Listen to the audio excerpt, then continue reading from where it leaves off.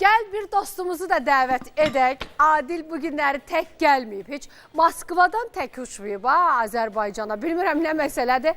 Amma dəvət edəcəyimiz həkimimiz bizim üçün də əziz doğma bir həkimdir. Maşallah Moskva şəhərində yetərincə ad-san qazanıb öz işi ilə, öz gördüyü o müəyyən o işlər var ki, hansı ki neçə-neçə ailələri Adil sevindirib. Çünki mənim yadımdadır keçən il elə yanvar ayında mən Moskva şəhərində çəkilişdəydim. Doktorla görüşdük və bir çox maraqlı məqamlar danışdı. Azərbaycanımızın fəxridir, belə deyək. Bax, bunu deyə bilərəm ki, bəli, uroloq, androloq Tural Qarayev. Moskvadan gəlin, xoş gəlin.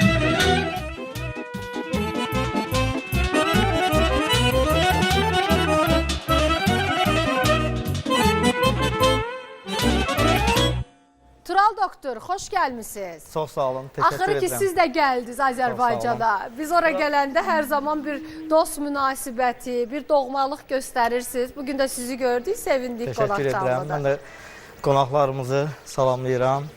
Başda Murad müəllim olmaqla bütün əməkdaşlara təşəkkürümü bildirirəm, salamlayıram hamınızı. Aha, var olasan və Çok heyecanlı bu arada. Heyecanlanma. Vallahi kalbi güp güp atıyor, Özdə hissediyorum. məşhurlarla Kıpkırmızı yaman oldu, baksana. dostluq eləyirsən.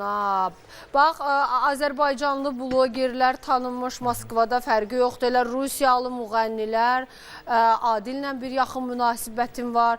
Maşallah, özünü gündəmdə saxlamağı bacarırsan. Təşəkkür edirəm, çalışırıq. Hər şeyin kökündə güvən durur. Demək ki, məşhurlar da, show biznes aləmi insanları da bizə güvəndiyi üçün gəlirlər. Və biz həm də anonimliyi qoruduğumuz üçün Azərbaycandan da çox show biznes belə deyək insanları gəlir.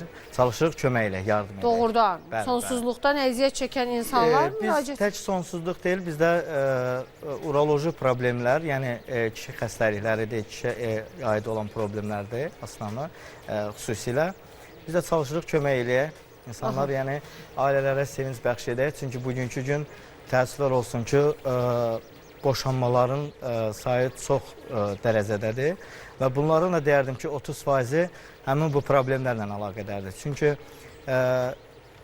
ta qədimdən insanlar ailə quranda, üzr istəyirəm, yəni əgər bir il ərzində yəni uşaq problemi yaranırsa, problemi görürlər qadında.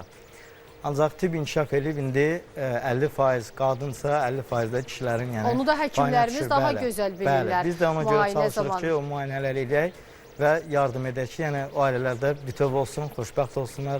Bizim üçün məqsədimiz də budur. Bəli,